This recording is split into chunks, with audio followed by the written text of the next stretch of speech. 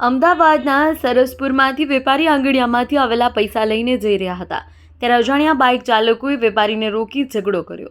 ઝઘડા દરમિયાન વેપારીના વાહનની ચાવી રોડ પર ફેંકી દીધી હતી। વેપારી ચાવી લેવા ગયા ત્યારે અન્ય બે વ્યક્તિએ વેપારીના વાહનની ડેકી ખોલી 18 લાખની લૂંટ ચલાવી હતી। આ અંગે વેપારી અજાણ્યા વ્યક્તિનો વિરુદ્ધ શહેર કોટડા પોલીસ સ્ટેશનમાં ફરિયાદ નોંધાવી છે। સાબરમતીમાં રહેતા અને નારાયણદાસ બીનાની લોખંડના ખરીદ વેચાણનો ધંધો કરે છે। 12 નવેમ્બરે તેઓ તેમના ટુ વ્હીલર જુપિટર લઈ દરિયાપુર ખાતે મિત્રને મળવા ગયા।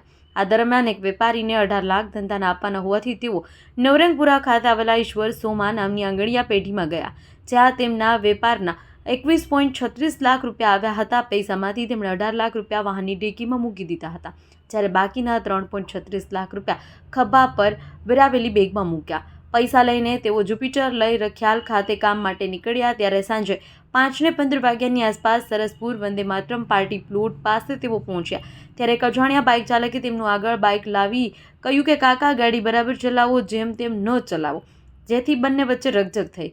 બાઇક ચાલકે નારાયણદાસના જુપિટર વાહનની ચાવી કાઢી થોડા આગળ જઈ રોડ પર ફેંકી દીધી, જેથી નારાયણદાસ ચાવી લેવા ગયા ત્યારે તેમના જુપિટરની ડેકી ખોલી એક્સેસ પર આવેલા બે વ્યક્તિ ડેકીમાંથી 18 લાખ ભરેલી બેગ લઈને જઈ રહ્યા હતા।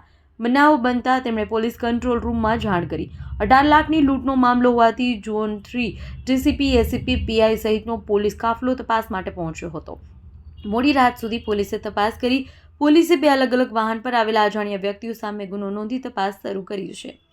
કેમેરામેન વિનોદ પરમાર સાથે સત્ય ડે ન્યૂઝ, અમદાવાદ।